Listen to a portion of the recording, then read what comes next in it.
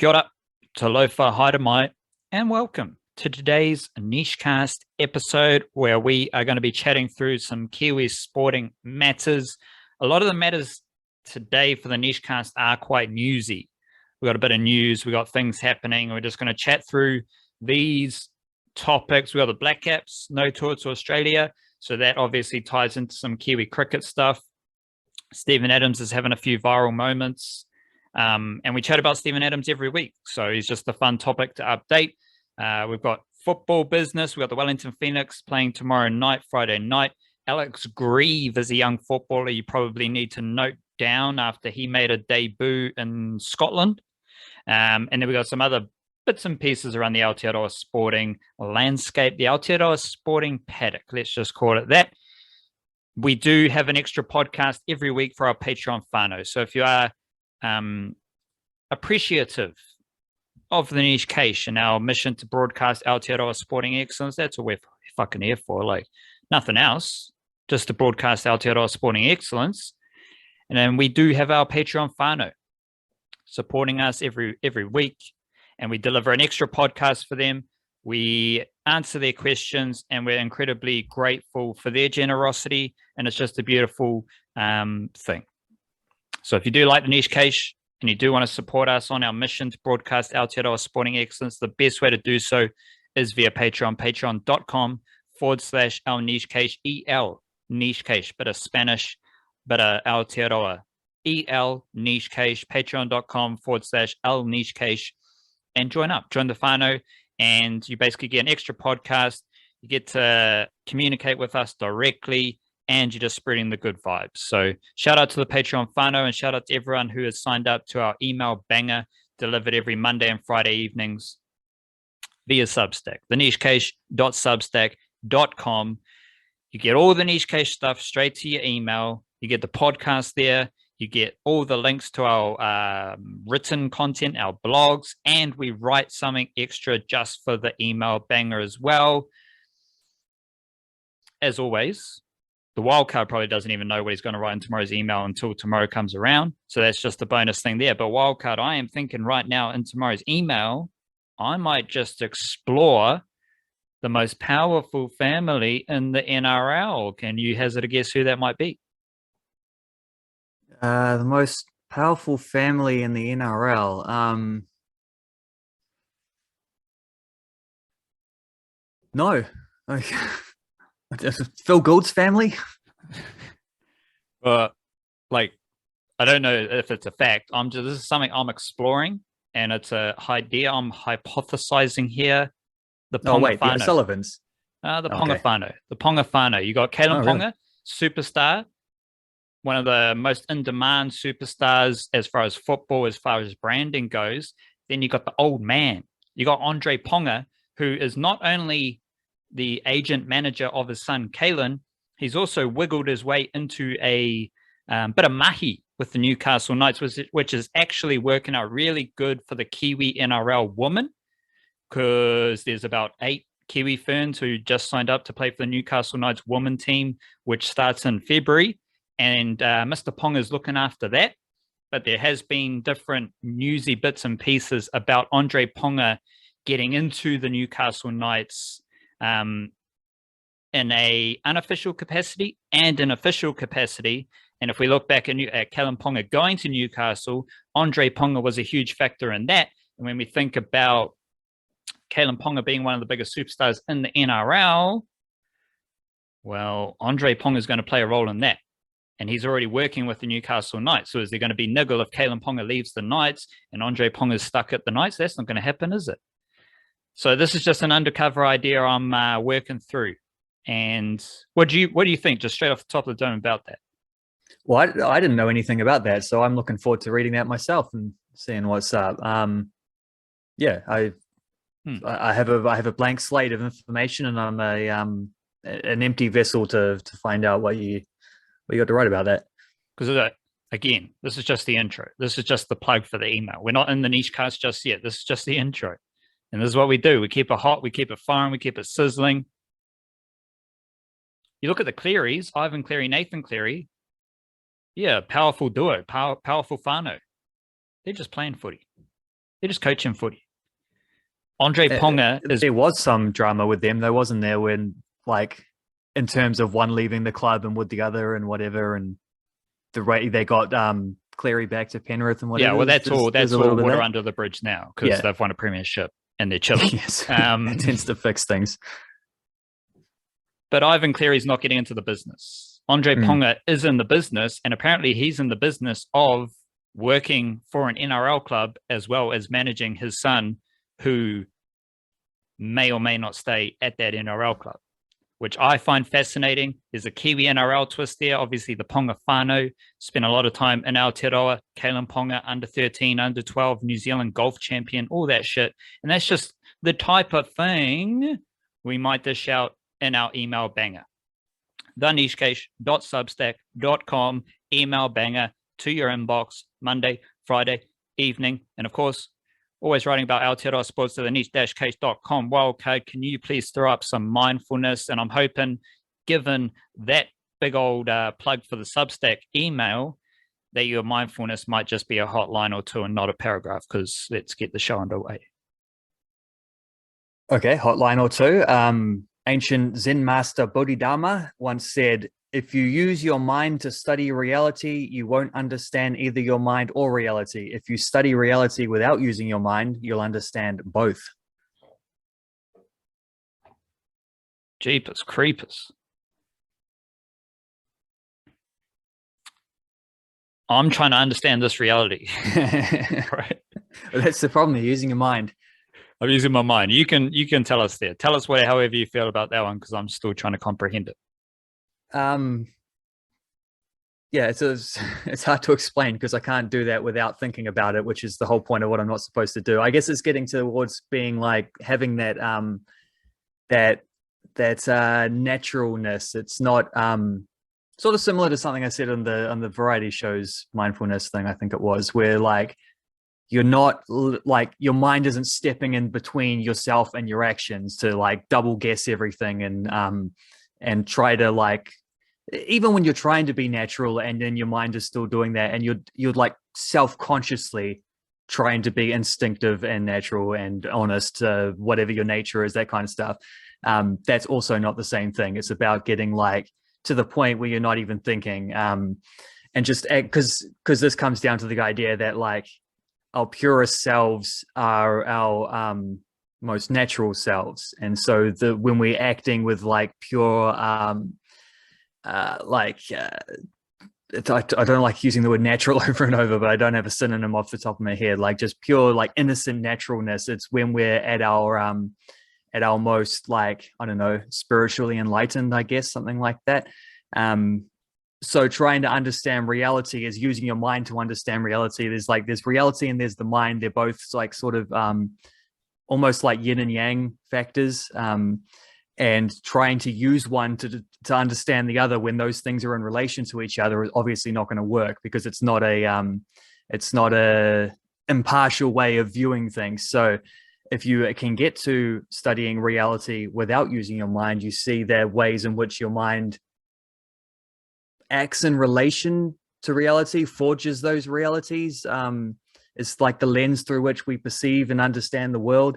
And trying to separate those things from each other when they're actually interconnected is impossible. So you're only just going to go further and further away from the truth, I guess. Is if someone has an idea of like some of the or an existing idea of some of the stuff we're talking about there, maybe that makes more sense. I'm not sure that the uninitiated is going to be able to follow that, but maybe I don't know, maybe again, grounding it in practicality and bringing it back down to the streets. Maybe it's just like a simple case of just letting it be. And then much of our mindfulness, again, just comes back around to this. Instead of using our mind to figure it out, is what it is, keep it moving. And that's how we in the moment. That's how we stay present in the reality. That's how we deal with the reality. We don't let our mind overwhelm the reality, right? Yeah, well, don't fight it, don't force it, sort of thing. One of the quotes I almost used for this was a Eckhart Tolle thing about like how people look at their problems and think that the situation itself is the problem, and not realizing that our resistance to the situation is the problem. Double banger of mindfulness There you there. go. Yeah, nice. I like it. Been Right. doing my research. Let's crack into some sports stuff here. Wildcard. I just want to throw out a situation to get the niche cast underway here. As long as you don't resist it. I'm not resisting at all. I know some people who are resisting this wildcard, and it's funny. So let's go back to the 2011 Rugby World Cup, right? A lot of pressure on the All Blacks. Home World Cup. A lot of shit has gone on before. Graham Henry's the coach, right? Graham Henry's the coach coming into this home World Cup. And Graham Henry, he's got a test record coming into the World Cup, 2-15. The All Blacks have won 2 games. They have lost 15 games in their last 17 tests coming into a home World Cup. Shit's hitting the fan, right? Like shit, people are going nuts. In Aotearoa, everyone's gone psycho. Graham Henry's been banished to Waiheke Island or wherever he lives. He's fucked. All Blacks are fucked. New Zealand's like losing the plot. Does that seem realistic? Not the results bit, the reaction to the results. Yeah, I was going to say the results is very hypothetical. But yeah, in that scenario, I assume you're going back to 2011 to say like to bring back all that sort of All Blacks trauma of not winning World Cups through that little streak. No, it's just the home World Cup. It's only because it was the home. Okay, right. So coming into a home World Cup, you've got a massive losing record, 2-15. I think I see where we're going with this. If that's the case, everyone's gone psycho. We are coming into a Women's World Cup in Aotearoa, and Coach Carter, Lord and Savior of the White Ferns, replaces Hayley Tiffin. Apparently there was drama with Tiffin, wasn't doing the job, even though the White Ferns were still cruising along. Coming into this home World Cup, Bob Carter, coach under no pressure, coach leading a fantastic program, apparently. He has a 2-15 record in ODI cricket ahead of a home World Cup. I have to remind people about that. It's ridiculous. It's kind of crazy. And as we approach this World Cup, these ideas are going to continue to be solidified because it is absolutely bonkers.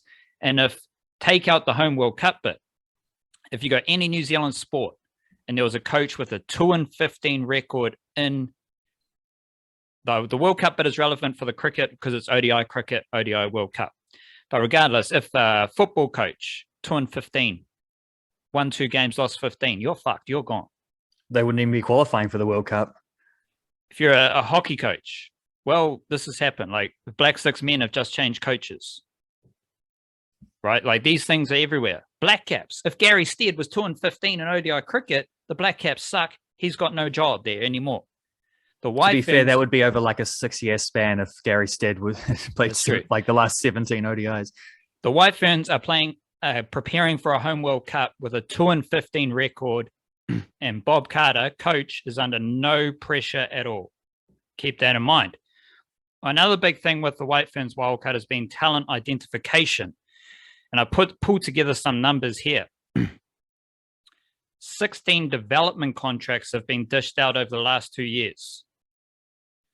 Auckland have had 6. 6 out of 18 development contracts. In the Super Smash, Auckland have no young players averaging over 20 with the bat or averaging below 20 with the ball.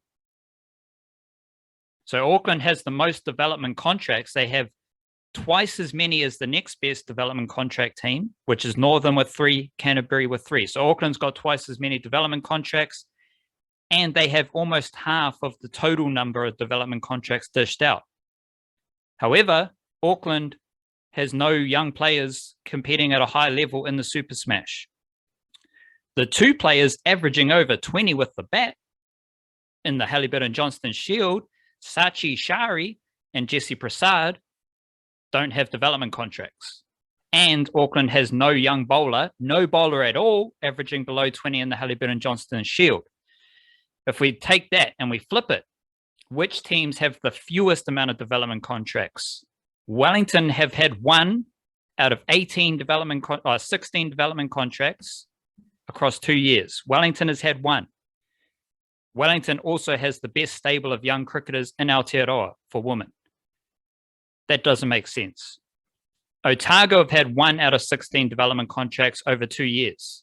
Right now, Otago has 4 young bowlers under the age of 25 in the top 10 for Super Smash wickets, or top 15. And they've got Polly Inglis with the bat. Generally speaking, though, Wellington have had 1 out of 16 contracts. Otago have had 1 out of 16 development contracts. And they are the best young, they have the best young groups of female cricketers in Aotearoa. So Auckland's got the most, and they don't have a very good group of youngsters competing right now. Wellington and Otago have the fewest development contracts, and they have the best youngsters. None of it makes sense. And I'm just like, I'm confused by it. It's a fascinating situation. I don't know how you're going to bounce off at Wildcard. I was basically just throwing up that information, and I feel sick in doing so because it makes no fucking sense. It's super strange, just as strange as Coach Bob Carter being under zero pressure despite being 215. All of this makes me feel a bit sick and want to throw up, and so I just threw it all up Wildcard. Yeah, the Bob Carter stuff sort of feels like he's gotten a little bit lucky through circumstance, because there's been a new, like during his time, there's been a new major broadcaster for New Zealand cricket. And so Spark have done a pretty commendable job, I think, overall of boosting, well, definitely commendable job of boosting up the women's domestic scene in particular, and trying to get some like White Fern stuff on some nice even pegging. And like, that's all come with a lot of, I think, and leading into probably, I actually don't think the Home World Cup is, partly because it got postponed, but I don't think it's necessarily been capitalized on in the way it should have. I think there was probably a lot of cricket fans around Aotearoa who don't even realize there's a Home Women's World Cup coming up in, 2 months or whatever it is.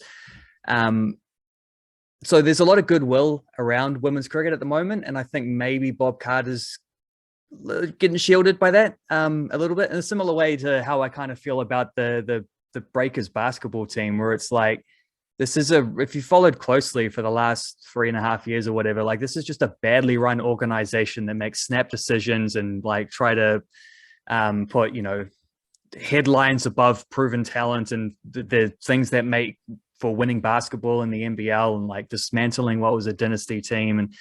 And like this, there's just too much drama and stupidity and needless, getting in their own way that goes on with that team for them to get the kind of passes that they do. But they do because they're caught in like above all of that drama is, in this case, not a positive thing, but a negative thing, the COVID stuff, and like being stuck in Australia and having to play away from home. And like, that's the headline, and that is shielding from the fact that, because you're probably going to lose most games anyway in that scenario. But they also might have been losing a lot of games anyway. They're certainly not winning as many as they should have over the last couple of years, and probably getting away with that a little bit because the number one headline that most people are tuning into is just feeling sorry for them because of the COVID. The development contracts, like, for my own and probably listeners' clarity, like, so how do they work? Because there will be central White Ferns contracted players as well, who are like the top players. So is the development players sort of meant for like the next tier, or is it sort of to boost up players who are younger and just coming through, and to make sure they stick out and try to make a career in cricket and not like get a real job or whatever? I don't know. Like, how do they work? What's the purpose? Well, we're already going too deep into this, like, because who knows how domestic women's contracts go? Like, we have no idea how they work. We barely have very little information how men's domestic cricket contracts go. And you only find out this information from, like, Frankie Mackay might mention it in commentary. Or if you get close to like domestic cricketers, you might learn about match payments and stuff like that.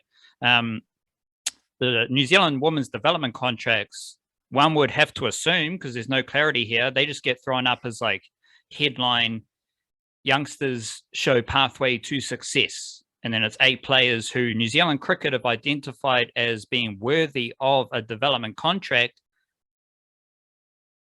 But the thing on top of that is players some players get development contracts even though they haven't played domestic cricket much. And there's other young players who are playing a lot of domestic cricket. And on top of that, players are getting worse once they get their development contract. That's also very blatant. That is a trend that is happening. We don't need to go again deep into the mangroves about who and mentioning names, because we've still got a lot of cricket happening right now. But in theory, development contracts are the best young players in Aotearoa that New Zealand cricket wants to invest in. Think of it that way. It's an investment. NRL development contracts are like outside the top 30, but they are an investment. Think about the New Zealand Warriors sending players to Redcliffe Dolphins outside their NRL squad. That is an investment they are making. They are investing money in putting those players in Redcliffe for the betterment of the players and the club. So one would assume New Zealand cricket drop their development contracts. That's an investment in players. Well, anytime you make an investment, you want a return on investment. So you invest in these young players under the premise that they will get better with the contracting system, with greater stability. First, they are not identifying the best young players in Aotearoa. That is a fact. Second, players with development contracts are getting worse. So that's a two-headed beast of what the fuck. Third head on that three-headed beast of what the fuck, Coach Bob Carter's 2-15 ahead of a home World Cup. So it's just a big mess. And it's a big mess that I really want to highlight and make sure our readers, our listeners are well aware of. And like, let's be honest. You might be listening to this and you're like, who gives a shit about women's cricket? Fair play. That sport might not tickle your fancy. But we are interested in trends. We are interested in ideas. We are interested in well-run organizations and poorly run organizations. We are interested in team building. Memphis Grizzlies, fantastic example of building a team, assembling a squad, and how Stephen Adams fits into that. You mentioned New Zealand Breakers. Terrible job at running a sports organization. We look at New Zealand Warriors. What's one thing I've always said about the Warriors since COVID? It's a minor miracle they exist and are developing players in two different countries in spite of the pandemic. That's a great sign for player development, investment, ownership. We look at city kickboxing in the UFC. We're seeing there's like clear trends and ideas that are evident with city kickboxing. And I think, so again, you might not be interested in the White Ferns stuff or women's Super Smash or women's domestic cricket, but we are interested in, as a collective, me and you, Wildcard, and our listeners, we are interested in how good organizations work, how good systems work, and how poor systems work, how poor organizations work. That's how we learn. I'm learning just as much as the listener is learning. You're learning about this stuff just as much as I'm learning about this stuff, and that's where the interesting nugget is. If I can just drop one more nugget here, Wildcard. The dude on my left in the blue, Stanley Iongi. He is a hooker. He was one of the 7 Auckland hookers signed to NRL systems. He was signed with Brisbane Tigers ahead of this season. And Brisbane Tigers are a feeder club of the Melbourne Storm, although there was no strict official announcement that Melbourne Storm was signing Stanley Iongi. Stanley Iongi was due to play Brisbane Tigers like under 18s or under 21s. In Queensland, Brisbane. So this week, it was announced that Stanley Iongi would be joining Canberra Raiders in an official capacity. So this is interesting because it's one of our 7 Auckland NRL, Kiwi NRL junior hookers making an official move into an NRL club. Iongi was the only one not officially aligned with an NRL club. Now he's moving to the Raiders, where he is part of their SG Ball squad, probably to start with. Then we go last year, Canberra Raiders won the SG Ball. And they won the SG Ball with Manuel Marlins Jr., Sione Mawala starting in the halves, and Christchurch Boys High School alumni, first 15 player, Jack Sanford, was starting at fullback for the Raiders SG Ball team. So the Canberra Raiders SG Ball team won the New South Wales region SG Ball competition with Jack Sanford and Sione Mawala in key spine positions. And now they have gone out of their way to sign Stanley Iongi as a hooker. Canberra Raiders, fantastic Kiwi NRL club as well. So I just want to chuck that bit about Stanley Iongi. He is part of the 7 Auckland hookers signed to NRL clubs. And by all accounts, he's a fantastic young hooker. I can't suggest he's better than any of the other 7 hookers. Like, you've got 7 young hookers signed to NRL clubs. They're all pretty fucking good. No one's better. So I can't go down that route, but it is a interesting move considering the only one of those 7 players who was not officially in an NRL system is now officially in an NRL system, and he joins the Canberra Raiders, who already have a fantastic Kiwi NRL group around the NRL squad, as well as those younger players who won the SG Ball Championship last year as well.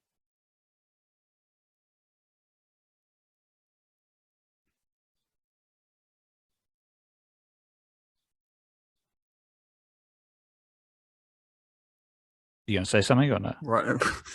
Yeah, well, you didn't really throw it over to me. I don't know. Where do we go from there? Should we? Well, I don't have anything to add to. You're not much of a freestyler, are you? Not much of a well, ripper. You want to play the songbook. You read out you were going through the briefing there. It's nothing I can add to that. It's you've said it all. I've said it all. We have said a lot about Steven Adams. And yeah, we've say talked, some more. We've talked in depth about his fit with the Memphis Grizzlies. We've talked in depth about his role with the Memphis Grizzlies. I don't know what's new from the past week or so, Wildcard. I don't actually think anything is new, because what happened during the week was just another viral moment. And we have the thing that's top of my mind with Steven Adams is his consistent basketball mahi is matched by his virality, his viral ability. Sure, he's not LaMelo Ball flipping, assists and all these TikTok highlights and all that shit, but every couple of games, Steven Adams does something amazing, completely outside the basketball realm. Like, he does stuff where everyone's like, ha, ha, ha, ha, Steven Adams, ha, ha, that's great.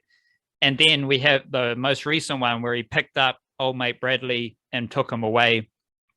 So he's had another viral moment, and he's just like, it's a never-ending highlight reel of viral moments for Steven Adams. So how are you feeling about the virality of Steven Adams, and is there anything new about Steven Adams on the basketball court with the Memphis Grizzlies from the past week? Well, there is and there isn't, because as you say, like, even this exact incident of like 2 guys are getting into a scrap, he goes and picks someone up and just carries them away, and like breaks up the fight casually, straight face, no dramas, like the best bouncer you've ever seen. He's done that so many times. Like, he used to do that like 6 or 7 times a season when he was playing with Russell Westbrook, winding people up. This is like, even this literal exact incident is not out of the question. Like, it's so common that even Jaren Jackson Jr., his teammate, was talking in the press conference afterwards and was like, yeah, he did that to me. Like, one of my first seasons I played against him, I think it was when he was with the Thunder. I did a like sort of cursory look to see if I could find the incident, but short of watching like 5 entire full replays, I wasn't going to. So, but I think it was when Adams was still with the Thunder and Jackson was either a rookie or a second-year player with Memphis. The exact same thing happened where he picked Jackson up and dragged him out. He took Triple J for a little walk. And yeah, like, that's one of several different things that he does that get people, like, every now and then catches, a few retweets or whatever, or gets shared on the bloody Sports Center or Bleacher Report main account or things like that. Like, he does these little things all the time. This one sort of feels a little bit more special though, and I'm not entirely sure why. I think maybe because the extremity of it. Like, he just straight up, like, he didn't just move him out of the way. He like picked up a 6'10", 115 kg human being and just casually carried him away to like half court. Like it's a little bit more extreme than how we've seen this before. But I think also partly because the guy involved in the scrap was Ja Morant, who's the franchise player for his team. So there's that as well, like protecting the dude. And then also it was a home game. Memphis were up big. The crowd was loving it. All of a sudden, like a dude sticks out his leg to trip up Ja Morant and then grabs him, which I didn't think was as bad as Ja Morant was still fuming about it afterwards in the press conference. They said they started someone brought up the fact that Steven Adams dragged him away, and Morant was just sitting there stern being like, yeah, as he should. I would have done the same for him. And then he started talking about how he would have, and not as many words, but he basically hinted that he was ready to throw some fists, but his daughter was in the sitting courtside, so he's like, I couldn't do that. So even in while they're going to the review, the camera focused on him sitting on the bench while they were waiting, and he was just I don't know, he's talking to a trainer or maybe just to himself. You could see lip read him going, I can fight. Like he was ready to go. But yeah, that's the franchise player who was threatened there and was furious. So there's a bit of that that's feeding off for the crowd. And then just because it was in front of a big home crowd, you listen to it back and you can hear the point at which you realize this isn't just a foul. This is an entanglement. These guys are grabbing each other and Morant sort of pushed the ball towards Bradley's face. You can hear the crowd up on their feet and jeering and whatever. So I think because he sort of had a major audience to it as well. And that doesn't play into the virality of it. It's just people saw it. It was funny. It was the thing that day, sweet as. But I think the connection with the Memphis fans is what's really interesting, because I've seen Chris Vernon said this specifically, these exact words. He said this was the moment that Memphis, who already liked Steven Adams a lot and were, enjoying having him playing for their team, but this is the moment they fell in love with him. And I've seen that repeated by a bunch of other people as well, similar things, similar ideas. And I was looking for the last Kiwi Steve bit that I wrote. So yesterday it was the number 6, pretty much about this incident and some of the ramifications. I was sort of looking into, Memphis as the grit and grind NBA team, right? And this is one of we spoke heaps when the trade first happened about how this was kind of the perfect move for him, because here is a team whose whose traditional values mix really nicely with the strengths of Steven Adams as a player. And I was just looking a little bit deeper into some of those. Memphis, is the city of Memphis does not have an NFL team, doesn't have a hockey team, doesn't have a Major League Baseball team, don't even have an MLS team or whatever. Or they're a one team city. There's a lot of emotion invested in this Grizzlies team. The irony of that is that the term Grizzlies comes from the Vancouver Grizzlies, which is where the franchise used to be till 2001, I think it was, when it moved to Memphis. So they don't actually have Grizzly Bears in Memphis. They do have brown bears, black bears sort of things, just not Grizzly Bears. It's they've got a Canadian nickname, but still. Yeah, a lot of emotion invested in that team. Also, if you look through the history of Memphis and the sort of socioeconomic, it's not a big city. The sort of metropolis part of the city is only about 2/3 of a million population. Add in the wider sort of regions as well, suburb areas and stuff like that. I think you're getting up to more like 1.5 million, but that's about the population of Auckland. That's not. It's part of a big state in a huge country. Different story to Auckland being the big fish in the small pond of Aotearoa. But Memphis has a chip on its shoulder. Memphis is also a city where there's apparently not a huge middle class trend that you see pretty much across most of the Western world, but emphasized more so in Memphis, where there's a big disparity between haves and have-nots. And it's a city that's had a lot of obviously being a southern city as it is, has a pretty shady racial history as well. The most famous incident of that is, Memphis is the city where Martin Luther King Jr. was shot. And the coincidence is that this Steven Adams moment we're talking about happened on MLK Day as well. So when he was off the thing, he was wearing a team shirt with a Martin Luther King Jr. quote on it. There's there's the history of the grit and grind Grizzlies as well. That sort of which I found out apparently that phrase comes from Tony Allen, quoted that the first time.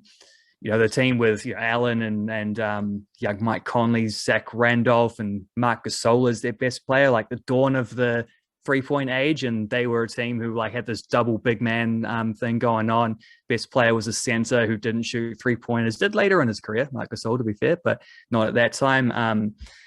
And probably add all those things together, why you get sort of a team with, I guess, this is a stereotype, but what people would refer to as like blue collar values and the kind of things that Steven Adams offers to the team.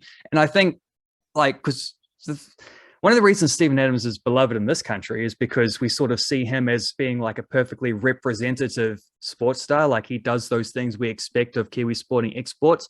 And it just seemed to me, researching a lot of this Memphis stuff, that there's a huge parallel between those. Like Memphis is almost like the Memphis Grizzlies is sort of like the, let's say that I actually saw a tweet which said that, which some American just randomly chucking out a thing that got retweeted like 3,000 times without any idea of what they were saying. But it was like something along the lines of Steven Adams comes from the Memphis part of New Zealand. And I'm reading that and thinking, funny, but also I think maybe more accurately would be to say that Memphis is the New Zealand of America.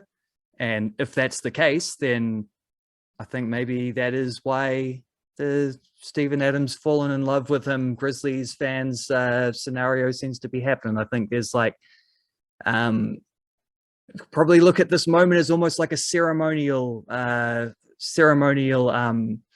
incident where like these two worlds kind of aligned, because we saw this from the very start. This is why we thought this was a good trade for him to go to the Grizzlies. And now I think Grizzlies fans who didn't have an idea of what Kiwi sporting values were before that, now they do, and they can see why this is a marriage that works so well. There was a super quick turnaround with your Steven Adams yarns. They've kind of been month by month-ish, and then a couple of 2-weekers, and then now you've come out with the fresh. So it was a super quick turnaround. I liked it, but I'm curious about what you're pondering next. Like, what is the next thing with Steven Adams? Don't need to go deep here, because again, we're just like all that Memphis stuff. Like we kind of knew that. Like we knew Steven Adams was a great fit in Memphis. It was all beautiful. We've discussed some forecasting stuff about Steven Adams with the playoffs. I think it was the last niche cast. But I'm just saying, like, what? Okay, so we had this kind of ceremonial moment with Steven Adams and the Memphis Grizzlies. Maybe some would say a rite of passage. Some would say, the ascension of Steven Adams as the true hero. Coronation, maybe? Coronation, there you go. What is kind of the next couple of days or games or weeks? What are you interested in with Steven Adams and the Memphis Grizzlies? Because he is coming back from COVID. He is, there is a bit of a target on Memphis now. They are winding up into the depths of the NBA season. I don't know what the fuck it is. Just like forecast something forward over the next week or so that you're thinking about with Steven Adams. The answer to that is I don't really know. I didn't even really know what I was going to write the last one about, and then this thing happened, and I sort of found a couple different angles to attack the. But just excitement? What excites you about Steven Adams and the Memphis Grizzlies right now? Well, the one before this I wrote about is offensive rebounding. The one before that I wrote about them becoming real good. Like the point at which they flick the switch, and I've talked about his assists and stuff. Maybe I go back to the assists. I don't know. We'll see how that's sort of tracking deeper into the season. No, just like not anything related to what you're going to write about. I'm just like, what are you thinking? Are you thinking like just the further ascension of the vibe? Like take out your basketball analysis, like whatever it is, just like based on what just happened, what's your vibe with Steven Adams and the Memphis? Like, what are you just like? This is how they build on this moment, like move away from the actual basketball type of things, Well, I'm not even sure what they could do, because there was the thing, like they had a nice winning streak when when Ja Morant went down injured the first time. So while that was happening, there was the obvious question of like, but can they, like, will Ja Morant come back and wreck their defense? Is this one of those like Ewing theory things where they're better without their star player, you know? And then obviously that proved not to be the case rather emphatically when Ja Morant came back and won back-to-back Western Conference Player of the Weeks. So like that, the question at first was like, is this legit? Then they come back and then they continue to win games. And then it's like, yeah, it probably is legit. Then they get a few COVID cases. Like Steven Adams missed a few games. They won all 3 or 4 or whatever it was while he was out. They're like Desmond Baines missed a game or 2. I think Kyle Anderson's in the COVID protocols at the moment. Most notably, their coach has also missed like, Taylor Jenkins has missed, I think, 4 or 5 or 6 or something games in a row being in the COVID protocols himself. And they've continued to win games.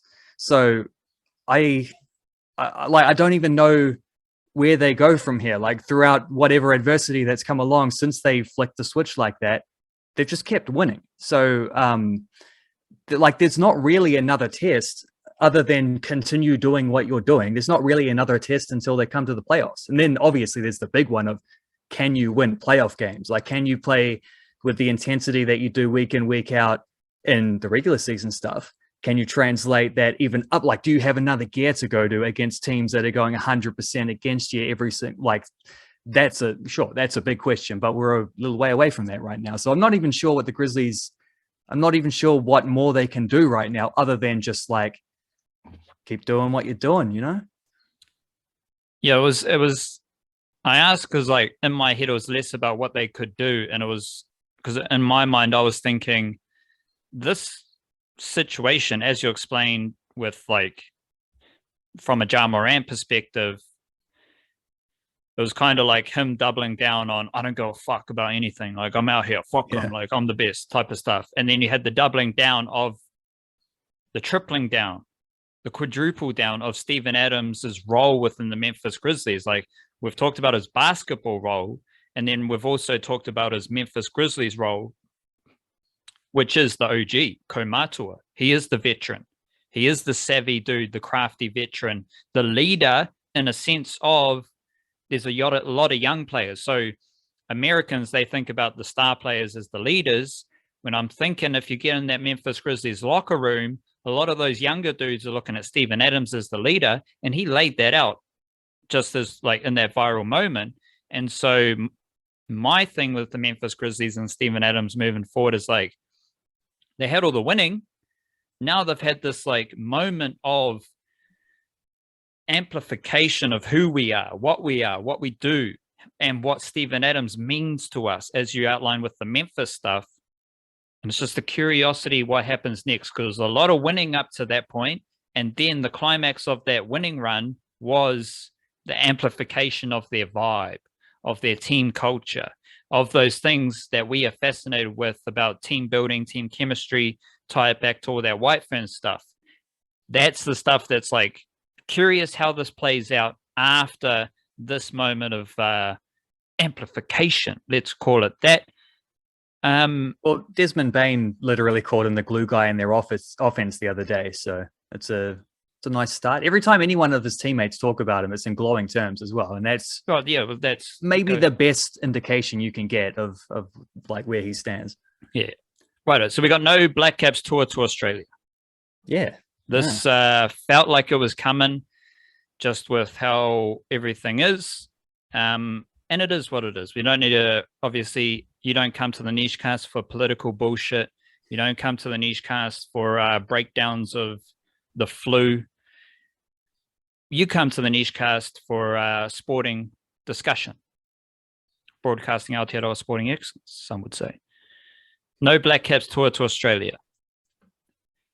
To me, now we switch a heavy focus on the Super Smash wildcard, and we have Super Smash games going on at the moment.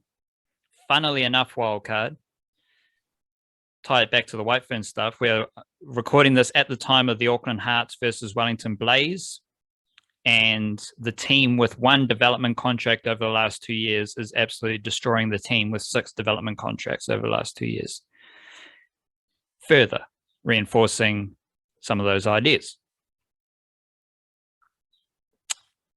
So we have Super Smash games happening, so it's hard to talk about the Super Smash in depth right now because we've got games today, we have games tomorrow, Saturday, and Sunday. So there's a lot of Super Smash games, but I am curious just to walk through some of the maybe ramifications of, or just ideas stemming from no Black Caps tour to Australia. Obviously, we are starved of ODI cricket, and there is no ODI cricket happening in that Australia tour. There's the Ross Taylor, Latudu Ross Taylor ramifications here, is that as he was hoping to sign off with a, hearty tour of Australia, highly competitive cricket, top tier ODI cricket, some would say. I'd definitely say that. Like, ODI series against Australia doesn't get much more hectic than that. So now Ross Taylor's not going to be playing ODI cricket against Australia, and Australia still has the Netherlands series, I believe, and also might push Ross Taylor back into the Super Smash. So there is that element of all those guys who would be taken out of the Super Smash at a knockout stage, because right now they're all playing to get into the finals. Then you've got the finals. All those dudes are going to keep playing Super Smash. So that's a fantastic thing. Just any other stuff that you're thinking about on the back of that that news that the Black Caps would not be touring to Australia? Again, we still have an ODI series against Netherlands, and we still have the Test series against South Africa coming up. Yeah, I mean, like you say, it was kind of forecast ahead. Like, you just got the feeling that maybe this wasn't going to go ahead. The COVID stuff is what it is. We've had like a year and a half of dealing with sporting cancellations and stuff like that. It's nothing new, and it's the same thing. It's the Zen mindset. You just take it as it comes. It's no need like getting up in arms about they should have done this, they should have done that, so and so, blah blah blah. Governments, none of that matters. They're like, shame that they don't get to go. Like, I was looking forward to that. I thought it was going to be a really entertaining series. It's going to be very fun to see what an ODI team looks like without any test players, which we were in consensus was still going to be very strong, especially considering I'd imagine a few of those guys coming off the Ashes for Australia wouldn't have been there anyway, so it probably would have been fairly evenly matched in terms of like the balance between first 11 and second 11 for both teams. One cheeky 2020, I think, as well was meant to be on there. Plus, they were going to play the 2020s that Australia were going to play here instead. They were going to go play them over there. None of that's happening right now. This is actually the same ODI series that was postponed at the March 2020. The very first with the very first lockdown where they played one game in Sydney, I think, with a empty stadium. Like, short notice, they decided fans wouldn't come in, played with an empty stadium. It was super weird because we just hadn't seen it. Nowadays, normal empty stadiums every now and then, we see that quite often. Then definitely not. Black Caps flew back, lockdown happened. I think they tried to reschedule it another time, and it's been I think this might actually be the third time this ODI series has been postponed. So yeah, definitely cursed. And ODI cricket in general is cursed for the Black Caps, because since the World Cup, which is nearly 2.5 years ago, what if they played like 4 ODIs, something like that? Obviously had the ODIs of Pakistan didn't happen either, so they will get some against the Netherlands. That is cool. But as someone who so many great Black Caps memories are from ODI cricket. For a long time, that was the one format they could hang in. They didn't take 2020 that seriously. They weren't good enough at Test cricket. But ODIs, there was just the right balance for that Black Caps team back in the day, where they had a whole lot of guys who could bat pretty well and bowl a little bit. And, that's that era of Black Caps. So I do miss ODI cricket. I'd go as far as I would go as far as saying one-day cricket is the best format, because it incorporates the need to grit your teeth and bat through and bowl 10 overs. Like, you've got to stick to the cricketing process that we love about Test cricket, but it's not like batting all day, but you got to bat. You got to show you can bat for 25 overs, 30 overs, whatever it is, because T20 cricket's like too extreme, Test cricket's too extreme. I Yeah. think one day cricket is like the most pure form of cricket where it's not too long, but you've got the time frame to settle into some real quintessential cricketing ideals. Yeah, especially from a fan's perspective, from a viewer's perspective, because it's not the 5-day slog of Test cricket, which when Test cricket comes in down to like a dramatic finale kind of thing, there's nothing touches it. Like there's nothing can compete with like the last session on day 5, both teams chasing a result kind of thing. That's untouchable. But ODI cricket in general does offer more consistent drama and chaos and the stuff that, and just, I don't know, a lot of people probably have forecast like the death of ODI cricket because 2020 hits one extreme, Test hits the other extreme. What's the need for the thing in the middle? But the thing in the middle is so much fun. Like I think it's a damn shame that they haven't been able to play more often, but I also understand that it's not just an unwillingness to play ODI cricket. Like other circumstances are getting in the way, very, very varied and some unexpected circumstances as well. So how it goes, but hopefully there is like these games are supposed to, and the Netherlands ones, that's why that's to us. Netherlands would never have come here for 3 ODIs, even 5 years ago, maybe one game, and it would probably be when we're touring England. We'll stop off in the Netherlands for one game, maybe even play it in England or something like that.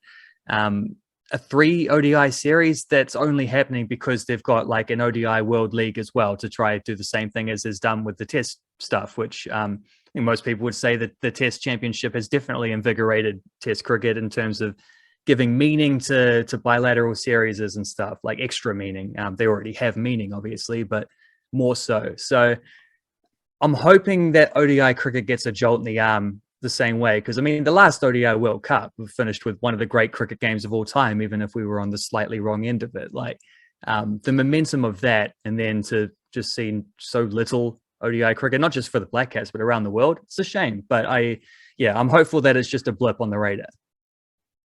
When you stack it up, the tour to Australia last in 2020, then we come to Pakistan, then we come to this series. There was a Bangladesh tour in between there, I think, as well, during the pandemic. I'm not sure if there was ODIs or it might have been a Test. I think it was a Test Championship series, wasn't it? But then, oh no, West Indies. We're going to play ODIs in the West Indies before that. There was another one that was lost in the pandemic. So it's not just because we've obviously had the recalibration of the cricket schedule. Yeah. That we are both appreciative of the need to make more money to fund cricket expansion, and we can see how the cricket schedule reflects that.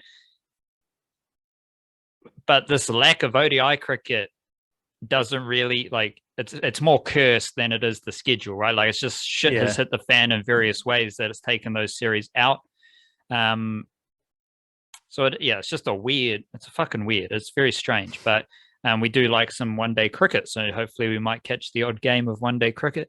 There will be 4 trophy games, so if you do love the long-ish form of playing a game of cricket over a whole day is still kind of ridiculous when you look at other sports. Like there's not a lot of other sports that take place over the course of a day. And you can, because that's the thing I like about Test cricket is you can pop out, check back in. There's that flow of how batsmen have to turn their concentration on and off. When you're consuming Test cricket, you're in that mode. You might pop out with your mates and you turn your concentration off. Then you come back and you're in the zone to watch the Test cricket. You still get that experience with one-day cricket as well, where you can pop out for 5 overs to go get a feed, come back, it's still there. You can channel surf and flip back over when something's happening. It's just a extension of all the things we love about cricket. One quick question here, Wildcard.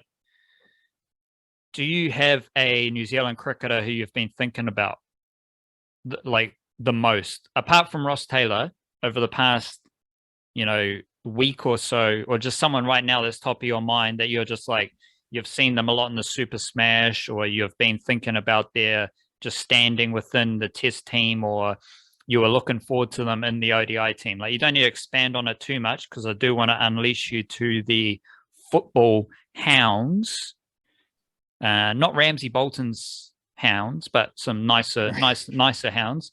I don't want to unleash you with the football stuff, so don't go deep into the mangroves here, but just curious, is there a New Zealand cricketer top of mind that you've been pondering?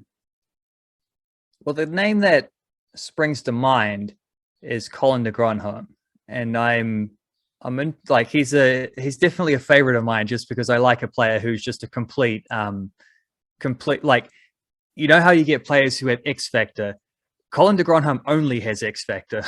He doesn't have the standard stuff before that, but the X factor comes on top of. He's just pure, like, he could be brilliant or terrible. And he was terrible for a little while there. I think his last few games for the Blackcaps haven't been so flash. Fallen out of the 2020 team, got injured, and seems to have lost his spot. I don't think a first choice Test team is picking a fully fit Colin de Grandhomme ahead of Daryl Mitchell anymore. Even though I think it's safe to say his presence and what he has offered in the past was, probably missed, particularly in that first game against Bangladesh. But I'm not sure with his injuries and the age that he is, if he's considered the bowler that he once was. So I fully expect, though, because he's had a couple really nice innings for Northern in the last sort of 2 weeks. Like, he wasn't scoring a lot of runs for anyone leading up to that, but he's had a couple big knocks and found some form. And I expect he would have been on that ODI tour to Australia. I'll be curious to see if he's in the ODI squad against Netherlands, whenever the hell that is as well. Because I don't know that he's still a first choice player in either of the other two formats, having been an all format guy for a little while there. So I'd be interested to see where he still stacks up, and if we've seen the last of Colin de Grandhomme as a black cap, or we're coming into like just the sunset part of his career. I don't know, or whatever. But I just legitimately don't really know where he stands at the moment. So I would like to see how that pans out. Do you have any ideas on that? I've got no ideas about that. You're the only one who thinks about Colin de Grandhomme that much, but I will say, surely not. He's got a lot of fans. He's not Ross Taylor beloved, but he's up there. I will say, Colin de Grandhomme versus Netherlands, got to do it because his nickname is Dutchie. Yeah, of course. I think you can't have the one dude in New Zealand cricket whose nickname is Dutchie, and he's like, no, we don't need him. Of course, you fucking need Dutchie against the Dutch. Like, that makes sense. But to expand on that, not too far, but a little bit. Logan van Beek, he'll play for Netherlands. Max O'Dowd, he will play for Netherlands. Michael Rippon probably should have stuck playing with Netherlands. There was a moment there where he's like, I think he's still in the process of trying to qualify for New Zealand in a similar Devon Conway fashion.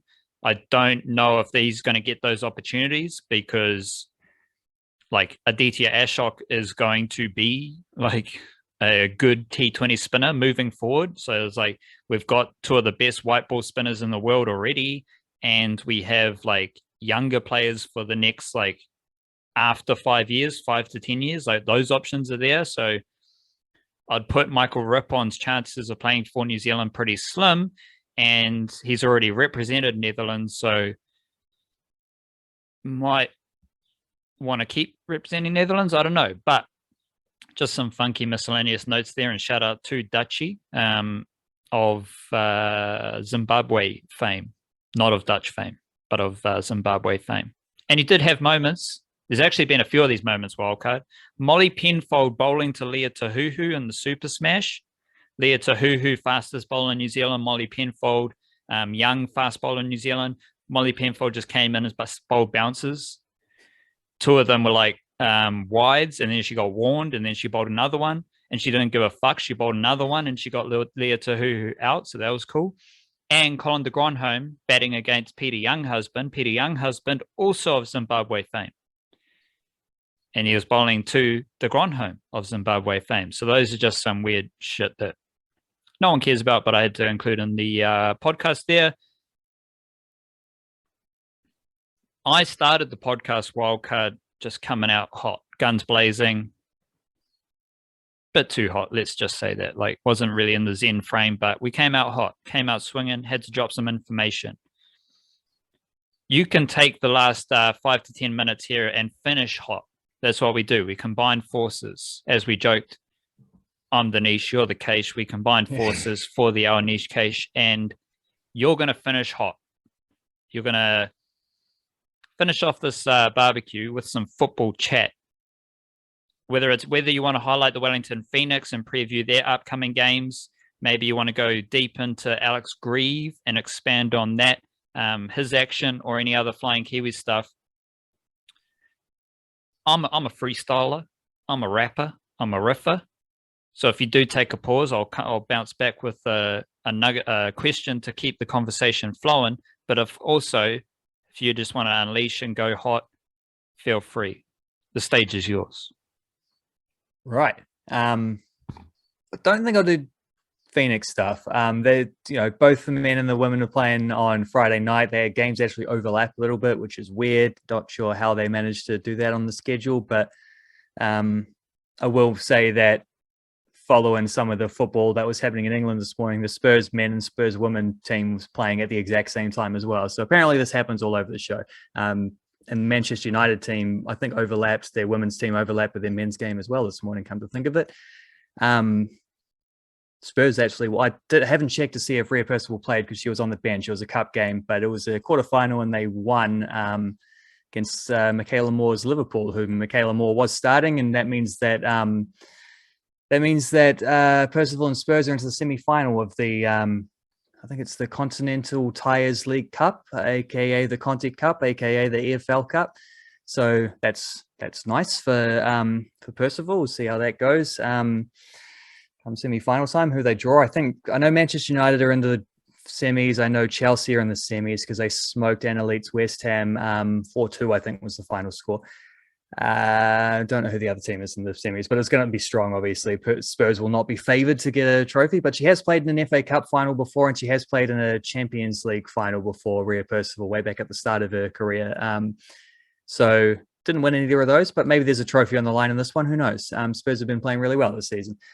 But yeah, I don't know that there's much to say about the Wellington Phoenix. With the women, it's the same thing that's been all season. Just like see the improvements that they make week on week. Just see how that goes. Like look at the areas where they struggled last week. See how they improve them the next week. Cool. Like they're playing Adelaide. That's not an easy game. And they'll be expected to lose like they are in most, but who cares about the results? See how the performance looks. With the men, who knows what to think? They're playing Western United, which is the manufactured rivalry, and coming off like multiple games missed, postponed with a COVID cases running rampant through the squad. We don't even know how that's going to look, which players are going to be back to fitness, which players are still going to be lingering low energies and stuff. Like it affects different people in different ways. So I don't even know what you can really say about that, other than the fact that they will have their imports all available. Whether they're all fit and ready to be selected, I don't know, but they're all available. Scott Wooden, Gail Sandoval, Gary Hooper, David Ball.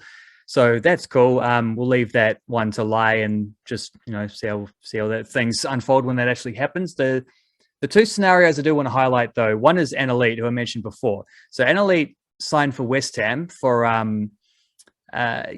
Kiwi manager Ollie Harder, or as the guy in the it's a German last name. He's got German parents, but was born in New Zealand and grew up, I think in Northland somewhere. He grew up and then played club football here before going to the States, and he's been an absolute jet setter in his coaching career. Still pretty young too, but has already coached in America and Norway and a bunch of places. So the commentator was calling him Ollie Harder as well. So I don't know if that's how you properly pronounce his name or not. I don't know, but Hader. He's just a hater. Ollie Hader. And Elite signed with West Ham at the start of the season to be their backup goalkeeper. Their starting goalkeeper is Mackenzie Arnold, who's an Australian international. Well, the Matildas are off at the Asia Cup right now. So after sitting on the bench for 9 straight games, only playing in those Conti Cup group stage games earlier, and Elite suddenly finds herself in a scenario where she's the only senior goalkeeper in the club because Mackenzie Arnold's in India with the Matildas. That's so when she got her debut game against Rhea Percival Spurs on the weekend, written extensively about in Flying Kiwis. I even put in some little highlights package of some of her involvements, which wasn't so much about like the saves that she made, because there weren't a heap of them. It was a little bit more about like how good she was on the ball, like ball at her feet, some of her passing and composure under pressure and things like that. Which I think bodes extremely well, because I reckon that was already the thing that was probably nudging her ahead of longtime number one Erin Naylor for the football Ferns. And seeing like that translate to one of the very top women's football leagues on the planet, I think also bodes extremely well for her. But it's not just that one game. This isn't just a sudden thing. Like, she's got until at least the end of the month, potentially another week after that, where she is going to be like, she's got this sort of 3, maybe even to 4 week period where she's the West Ham number one goalkeeper now. So she played in that Conti Cup game this morning. She'll play for them, whoever they're playing in the WSL on the weekend. Like, she'll get 4 or 5 games in a row here for West Ham, which is definitely exciting to watch. She has, for like, since she was, how old was she when she played for the football Ferns the first time, like 15 or something like that. She's been around that scene she's only 20 now. She's been around that scene for a little while, and she has been one of the absolute top prospects that Aotearoa football has produced over the last like decade or so, like men or women. Like, she is one of the absolute premier prospects, and now that like prospective status is turning into like, she's playing games at the top level right now at age 20 as a goalkeeper, where you normally develop a little bit slower as a goalie because you know, fewer opportunities and a tougher, more like spotlight spot and whatever. That's cool. That's awesome. That's definitely one to be keeping a close eye on. Also, Alex Grieve. Yeah, definitely got to talk about Alex Grieve, who was playing for, I think, NKU, the Northern Kentucky University. I think had a pretty solid, impressive career at university level in America. Finished just before the pandemic, comes back, plays for Aotearoa United in the Premiership. Instantly one of the best players in the competition. Like, he comes in and he's scoring heaps of goals, but it's his passing, I think, in the attacking third that really stuck out for me. Just like the caliber of the assists and the passes that this dude is capable of. Defense splitting stuff. Yeah. That sounds extremely similar to Sarpreet Singh.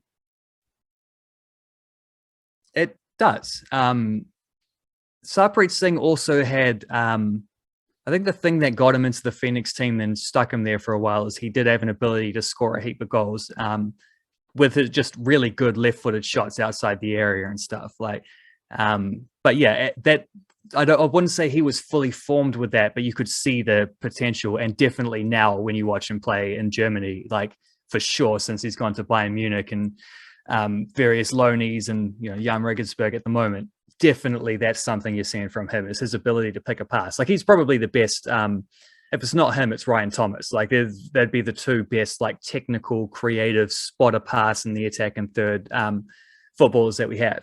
So yeah, Alex Grieve, like, that's an elite skill to have that kind of thing. Like, that's not just a good at Premiership level. That's this kind of guy can translate to a higher standard.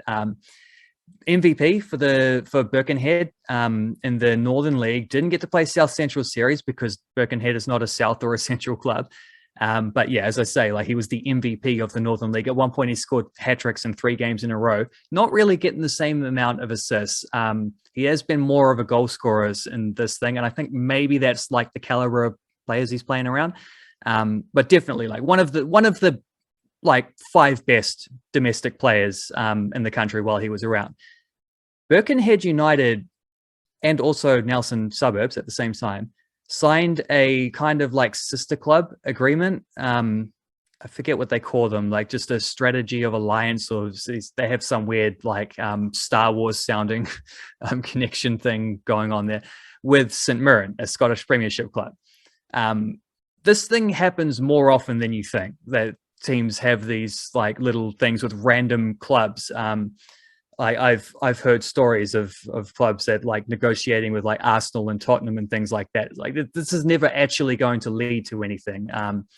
But in this case, it did. In this case, St Mirren, who are not on that very, very top level of things, a decent battler Scottish Premiership club, is like a good league, but not one of the definitely a way, like Celtic and Rangers aren't dominating Champions League games or anything like that for a fair while. So a strong league, but not one of the very best, like below the level where Ryan Thomas is playing, below the level where, definitely below the level of where like Chris Wood is and stuff like that.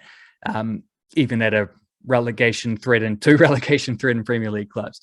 So St Mirren sort out this. I don't know what the conversation is going on, but somehow Alex Grieve is sent over to St Mirren for a trial. From what I understand, he just impressed, and they were thinking, well, we might sign this dude. Then they're thinking, like, do we loan him out? Do we chuck him in the reserve team for a year and see what happens? Like, well, first of all, they have to wait till the transfer window opens before they can actually sign him. What actually happens in the end is that no sooner do they sign him than no sooner can they actually announce the signing that is done and completed, international clearance, all that. A few hours later, he's on the bench for their first team in a game away to Dundee United. Actually played too. Came off the bench in the 88th minute. Had a chance to score a goal where they were trying to hold the ball up in the corner, and then there was like a play the ball off a defender and win a throw or a corner. Everyone misses it. Defender misses it, and then he gets the ball in the box, shapes on his left foot, but slices it over the top. Another one where it looked like he might, like, just his energy and his running, trying to get him behind on the counter attack as they were holding on to a 2-1 lead.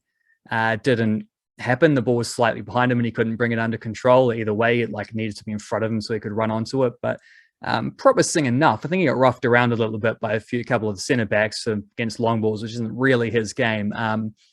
But yeah, regardless of what he did, it's the fact that he was trusted, and he went from playing for I guess we can still use the word amateur, even though there's asterisks on what the exact literal meaning of amateur means.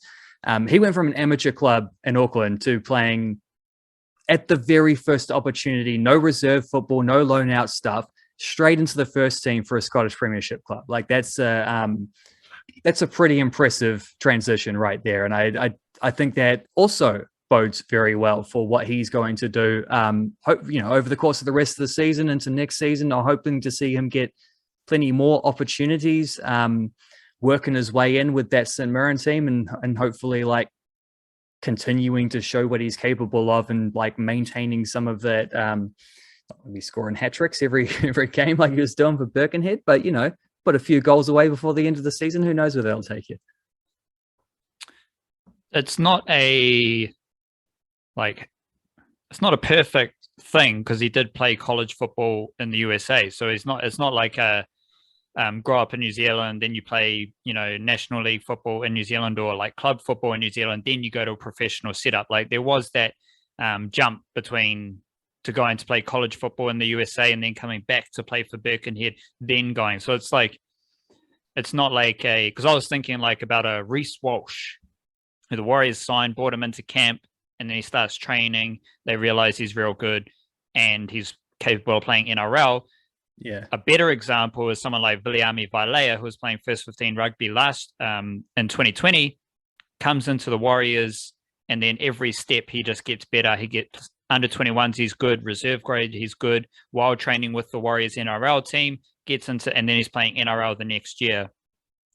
And I say that because, again, interesting examples, interesting ideas, themes, good systems, bad systems, and all that stuff. Anytime a young player gets into a system and has a quick rise, it's a fantastic example of their quality as an individual to show up and train the house down, command selection straight away. And then the second idea that's relevant there is the leap from club football in New Zealand to some sort of professional football. Again, it's not a perfect thing, so I just keep that in mind as we discuss this, as I just watched Sophie Devine hit a massive 6 at Eden Park. It's again, I want to throw this idea out to finish the podcast, but I also want to make clear it's not a perfect example, because he did go to college, then came back. Is that something? Is that like a seed, something that could brew where some of these New Zealand footballers, because Sarpreet Singh, on the other hand, he was playing A-League football, then he was signed by Bayern Munich, but then he played second division and he is yet to like really, and who knows, like obviously the whole system's a bit jinky, a bit weird. Yeah. Who knows if he'll play like first division, top flight, Bayern Munich or even Germany Bundesliga type football. Is it a thing?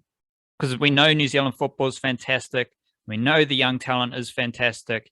Like, is this groundbreaking seems a bit strong, but is it a thing to keep an eye on where with some of these young footballers moving from a grassroots club level in New Zealand or like even National League, that's like not exactly the best level of football in the world. Yeah. Well, I mean, Birkenhead would have been in the National League. With the revamp. Had it gone ahead, so yeah.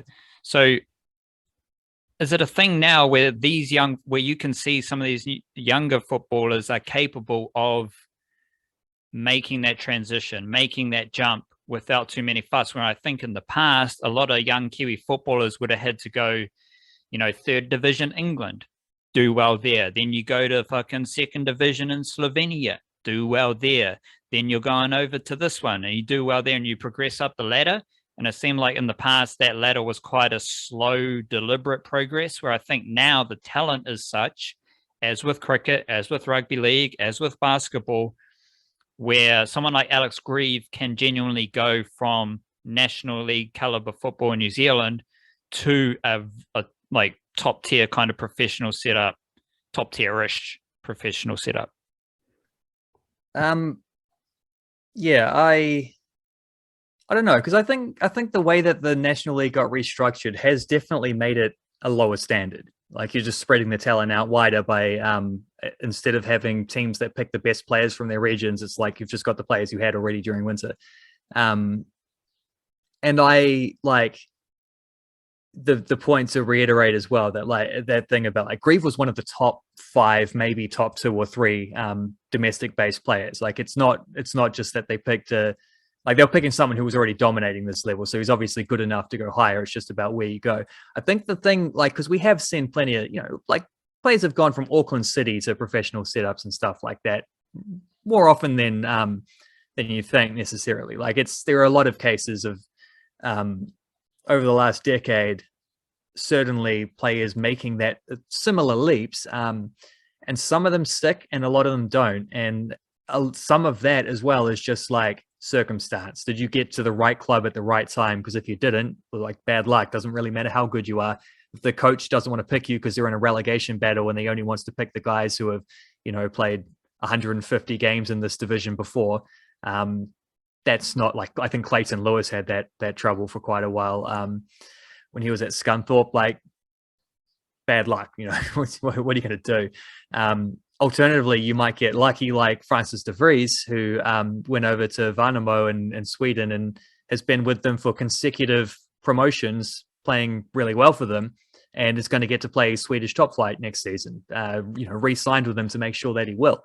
Like, that's an example of things working nicely in that way. But there are a lot of things outside of players' control when they're going from National League football to professional stuff overseas. I do think the the college stuff is interesting, because a lot of players make that leap in particular. Like, even Ole and Wellington Phoenix players, a lot of them are going from those academies to American universities. And I don't know if that's the best. Like, it's quite a good step in someone's career initially, but if you're going to stick around for 3 or 4 years, like, you're 21, 22 by the time you graduate, and like those players, like the best players that age are already playing, senior football every week for other same clubs, as the NBA. Like, the best players already in the NBA. Yeah, and the NBA has the thing where like guys just leave college after 1 year, because it's like, what is the point of carrying on, getting a degree? Like, this is my career. Like, whatever that degree would get me, whatever job and career that would set me up. No, basketball is my career because I'm this good at it. I'm just going to go make $1 million instantly by getting drafted, But the drafted thing is interesting because Alex Grieve had a really good career at NKU. Like, he was a good, solid player, winning awards in his conference and things like that, and didn't get drafted in the MLS. Like, he was up. He threw his hat in the ring. It was the year before last. Didn't get selected. which plays into this idea of like, because I thought that was kind of baffling. Like, what? No club is even willing to take a punt on a guy who had a good, solid career and like has, you know, international caliber. Like, I think that's actually probably counts against him being a foreigner, because like they would have to then use a visa spot on him, which they only have 7, 8, 9 in an overall MLS roster. You can't actually trade them, which is a weird aspect of like, whereas the Phoenix are wondering how are they going to fill their allotted 5, MLS teams are out there trading international spots. But that plays into this idea of like, Jackie Hand is a full international, not getting drafted in the NWSL this year, but especially Daisy Cleverly, who's played at a World Cup and has played at a Olympics and is probably first 11 player at this point, definitely first choice in the squad, doesn't get drafted as the top, you know, 50 odd players coming out of college. And she did an extra year of college too. She was a grad student, so she did like 5 years, I think. Didn't get drafted. So I do have some weirdness about the whole draft system at the moment in America, whether they're actually that good at spotting the best talent, or whether there are other factors that come into it, like just, you know, this coach is friends with that coach, and so they've got a good recommendation, so they'll draft this player, or just wanting to pick American players for the development or whatever. I don't know, but it doesn't seem like it suits. The college thing is different, but the progress after that, I'm not really convinced that it suits Kiwi players all that well. However, if you're looking at Alex Grieve getting stiffed by the MLS and a year later playing Scottish Premiership, I think that's a bad look on the MLS. He's obviously good enough to be playing some part for a club, and also probably worked out for the best for Greavesy, you know. So you're telling me, again, we just always come full circle. We always wind it up in beautiful fashion. You're telling me American